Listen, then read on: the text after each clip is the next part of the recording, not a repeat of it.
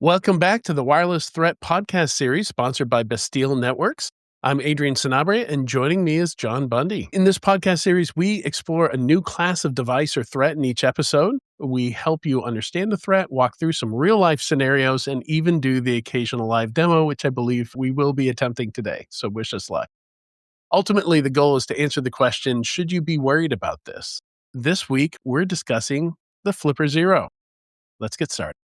I am one of many people that I think kickstarted this thing and patiently waited, and it's been a fun toy, but everyone else who owns one and uses one, I think we all kind of rolled our eyes when we saw a bunch of drama pop up in the news about it. People getting their devices seized when they're going through customs or going through TSA, entire countries or states or events trying to ban them. For me, John, I think the thing that sets this apart from most of the other hacking devices we've seen is you need to understand Linux. Typically with these devices, there's a pretty high bar in terms of technical proficiency. Whereas this one, everything is so polished. The app on your phone is polished. There's an app you can put on your desktop that's really polished. What did you think of it when it first came out? It's pretty interesting, isn't it? You're right. A lot of the kind of hacker tools have been a lot of do-it-yourself with sketchy guides or incomplete guides. And often you end up with something like this. This is a Ponagachi that's not on, that does wireless deauthentication attacks. And even now when I want to run it, I'm like, well, which command do I use to get it to not be obnoxious and kick everyone off? Or if I just want to do some testing, it's just not a good interface. So yeah, the Kickstarter for this, they came out and they said they wanted to make something easy to use, open source, community driven. And I think they were successful, right? If you can update it from a web page and then people are releasing apps for it because it's open source and you get all these cool new capabilities added all the time and games and stuff. It's a great tool for education. And I think, again, for those of us who have professionally done offensive work, like we have just for doing wireless assessments, like the adapter you might use costs as much as this whole thing, right? And you're going to plug it into a laptop or you're going to have some kind of purpose-built handheld device just for that. Whereas this is kind of like an all-in-one. It even has this I button thing, which we were talking about the other day. And I've never seen a device that uses this, but it included it. But the point being that it's a very compromised device. You wouldn't use this in a professional assessment. Let's go through what this thing can actually do. Let's go over the wireless bill of materials. So we've got Bluetooth Low Energy. I don't believe it has Bluetooth Classic. So that allows a lot of modern hardware and spamming attacks. There's a Texas Instruments CC1101, which has been a very popular sub-gigahertz radio for receiving and transmitting. So in those open frequency bands in the 300 and 900 megahertz that you're legally allowed to use for the ISM bands are called industrial, scientific, and medical bands. There's a lot of devices that use those key fobs, a lot of ceiling fans, garage door openers, cheaper consumer wireless devices with buttons tend to be in those ranges. There's the 125 kilohertz RFID and the 13.56 megahertz NFC, near field communication. So it's $200. It's a pretty good deal for everything it does and for the fact that it's super polished. And you can see some of the options here. There's the Wi-Fi dev board that plugs into the top using those pins. So does the video game module, which gives it an HDMI out. So you can get this tiny monochrome screen on your 4K 80-inch whatever, and you can count the pixels on it. It encourages you to build and explore with it.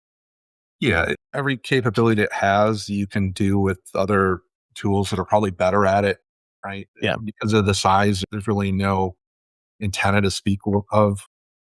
So the ranges are usually pretty short. The one thing I found that it does do really well, better than any other tool I've used, is the sub-gigahertz frequency capture and replay.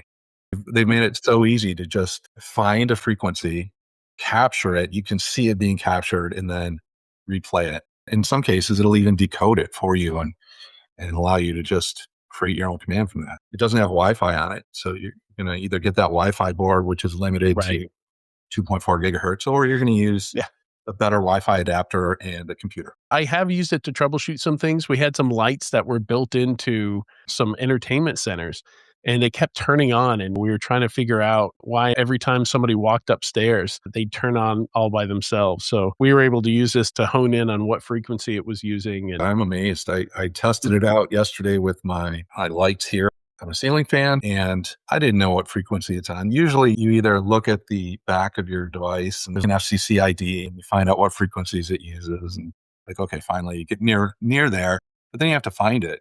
With the flipper, I just had it scan. I hit the button and it's like Mhm. 303.9 is your frequency. Oh, cool. Yeah. Like I was able to capture it and replay it, within a minute. Yeah. One of the nice things about this is it demos really well. You can just plug it into a computer and you can get the screen here displayed on the computer or on your phone, which I think is what you've done here. Yeah. I got this desktop app. It's called Q Flipper and can pull the latest official release. You can install from a file. It's got all the information about I'm running Momentum. Then it mimics the UI. So what you're seeing there is the same thing you'd be seeing on the Yep. screen reversed. But this allows you to demo it because these are meant for education. You can show concepts without big stakes, right? Mhm. So what can we do? You can see on the top, there's a list of apps. We talked about custom firmwares. This is where all of your weird apps go. Like you found the Bluetooth spam that you were talking about earlier. That's it. Just all these hacks. Here's the crash.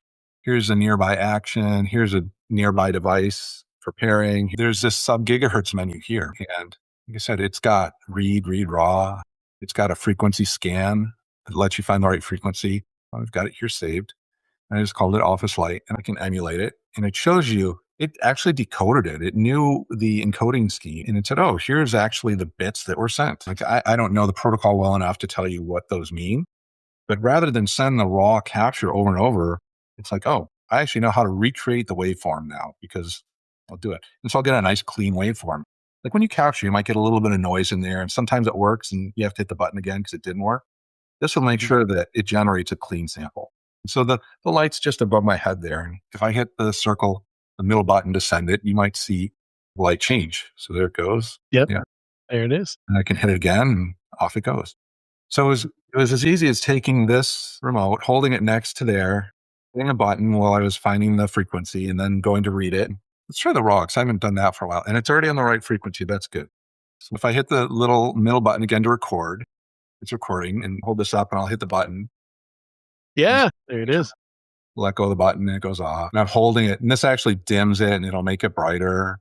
So it's just continues transmitting and it's just picking these up. It's really neat because you have visual proof right there that you're capturing something. You just hit the button. If I hold it and you see all these different And we can even see the count down in the corner of how many that you've collected. I can hit stop and Yeah, you can save it, save one, name it. add, rename it. So that's what I did before. And it's just capturing those and decoding it to those bytes. So super cool. Yeah. So that's like the sub gigahertz capture your ceiling fans and your common home equipment stuff. I do want to mention, I think one thing we left out is the USB functionality of it. So this thing can emulate a mouse, a keyboard. It can do some bad USB stuff. You can plug this into a computer. I think it can do some rubber ducky, has some rubber ducky type functionality where you could have a script and have it emulate a bunch of keystrokes, show up as a keyboard. So it's not all wireless stuff. You mentioned DAuth, and that is one of the Yep. capabilities that is natively lacking. But you also mentioned that Wi-Fi card. I 3D printed a case for mine. Oh, you've got the Wi-Fi add-on? Yeah, Wi-Fi dev board. There's a shortage of these for a while when everybody was it's so popular. But this does do deauthentication attacks, which we've talked about in previous episodes. On the 2.4 gigahertz Wi-Fi band, it can send out messages telling all the clients to get off the network, and they'll get off the network if they're not using protected management frames.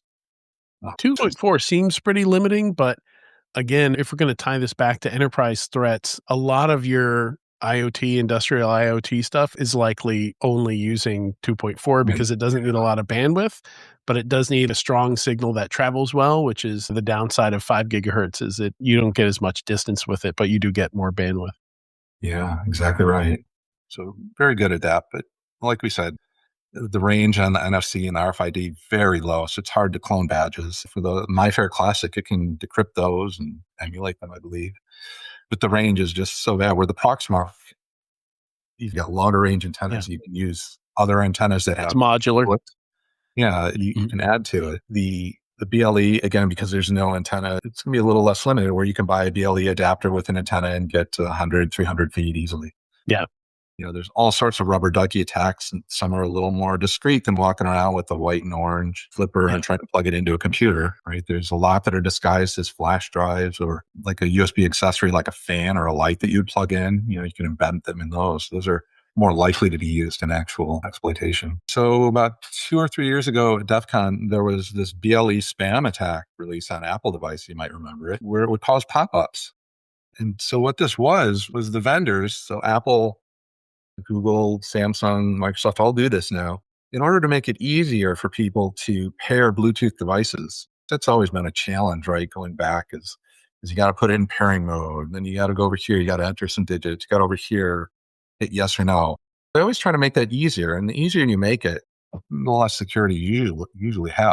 So one of the latest approaches that was used is this idea of proximity pairing or proximity actions.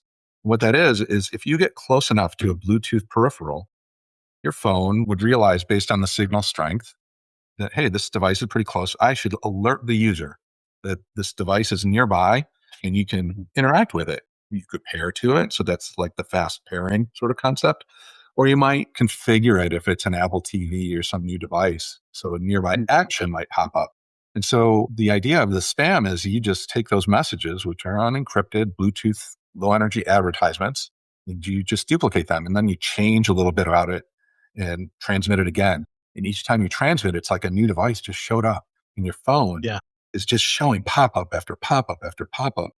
And so it's annoying, a little hard to use your phone. But in addition to that, they did find a vulnerability in one of the protocols that did cause a crash back in iOS, I think 17.12. Which, of course, if you're at a conference in a room where there's 200 iPhones, you can it goes from annoyance to really causing some havoc. It's alarming if you see a room full of iPhones suddenly rebooting themselves. Yeah, you wouldn't be happy. So that was more than an annoyance. But the spam is still baked into the flipper on these alternative firmware. There's 3 or 4 kind of main branches that really integrate all of these different apps into one central repository. And then you can just flash it to your flipper using the desktop application or even a web page. Chrome, you just connect it and say, give me the latest thing. And 2 minutes later, it's updated.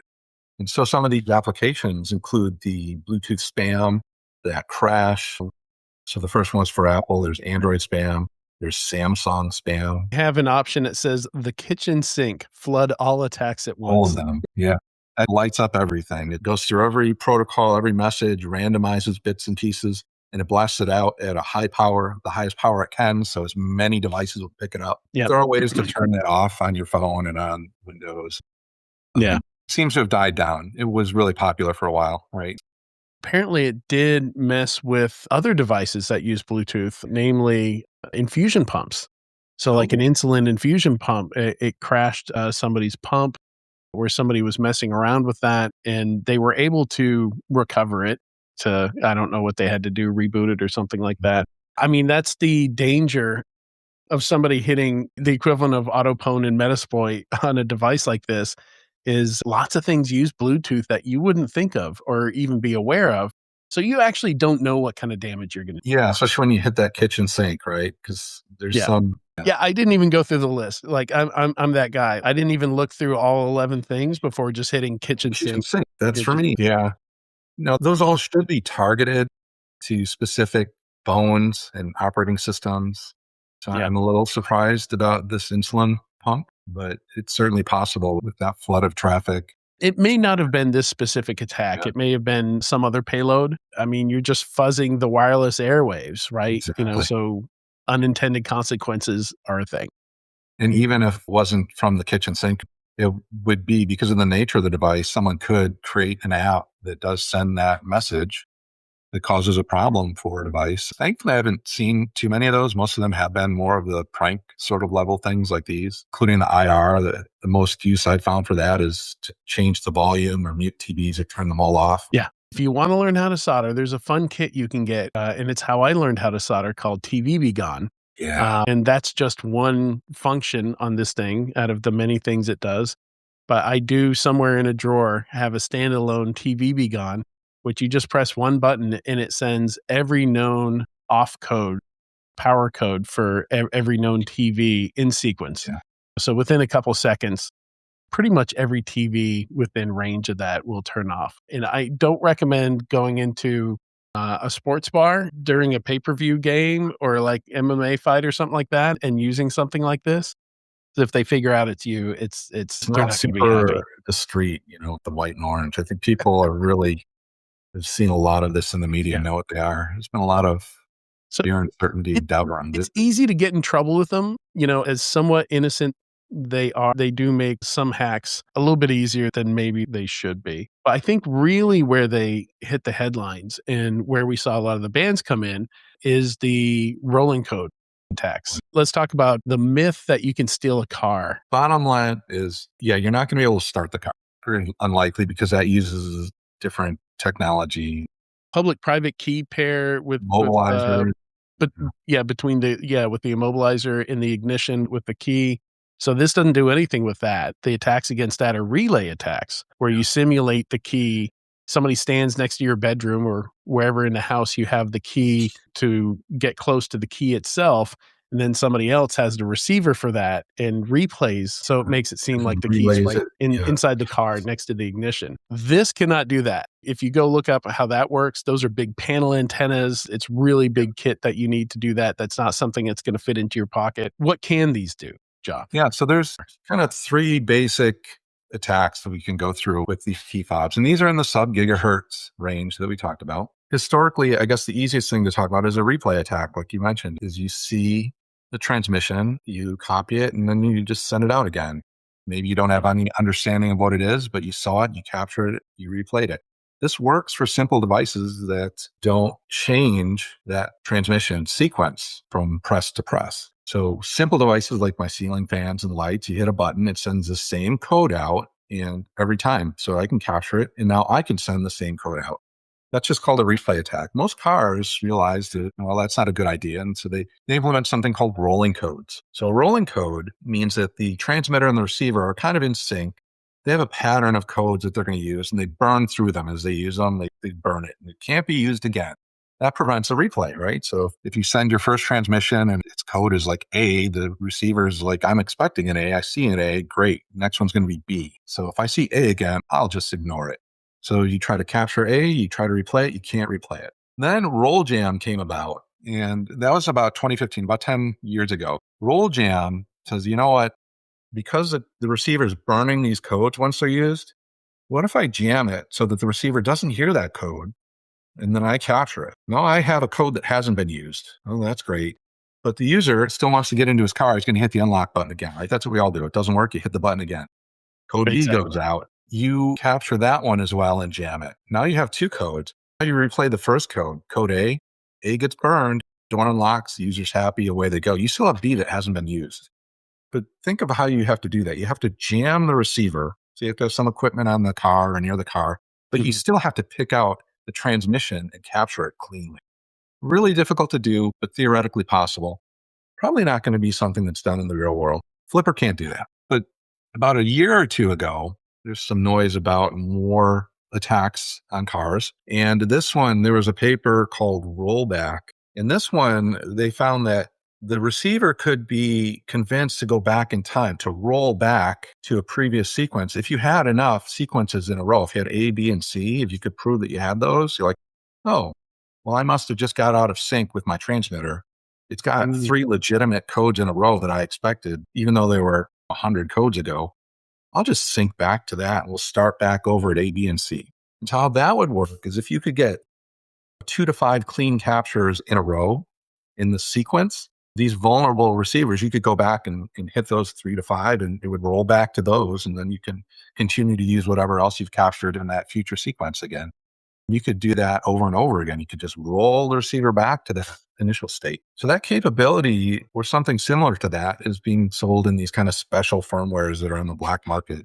I haven't looked for it. I haven't seen if it's there, but that capability is possible. There are certain cars that are vulnerable and certain cars that aren't. So what does that do? That gives you the ability again to kind of mimic these key presses, unlock car doors, lock car doors, but not the ability to start it still. That's not a button press, right? That's a different thing going on once you get in proximity. There's a lot of danger in playing around with this one too. You can tend to knock your transmitter, your key fob, and your receiver on your car out of sync, in which case the key has to be paired again.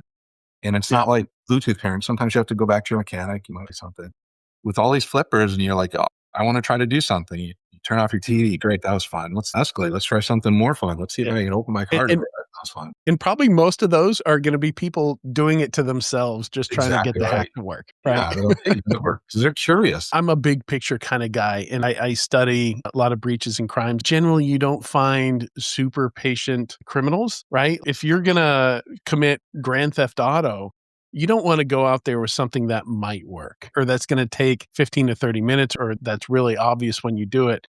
You want to know exactly how long it's going to take you. You want to be in and out and done with it quickly. So I imagine this is probably not the tool I'm going to reach for if you actually want to steal a car. If you want to learn more about these attacks, how they work, how wireless devices in your house work, if you want something that's useful in a pinch, if a remote breaks or something like that, there are IR codes, wireless codes posted online where you don't have to even capture it yourself. You can just download these codes and it's documented somewhere on a GitHub and you can just throw them on there and now that's your remote. It's not going to be the most convenient thing because you have to click like 9 levels deep to get to where you saved some of these things. I think it's a great tool. It's fun. It's a novelty and it's really polished, like you said. Really easy to use. Yeah, certainly fun to play with, especially for $200 if you want to learn more about how to do this kind of stuff. It's a good learning platform. So I would recommend picking one up. It hasn't just sat in a drawer and gathered dust. I've used it to play with a bunch of things, hotel keys. When I go stay in a hotel, there's a MyFair module that will decode those and your hotel key can now be your Flipper Zero. Increasingly, those are using NFC so that the Marriott or Hyatt or Hilton app on your phone can unlock your door as well. Yeah. John, thanks for the walkthrough there and the demos. And with that, I think it's a good place to wrap up. Thanks to Bastille for sponsoring this series. Thank you, John, so much for joining me today. You're welcome. You can check out bastille.net/blog for more information on wireless threats. Don't forget to leave a comment with what you'd like to see us discuss next. We'll see you next time.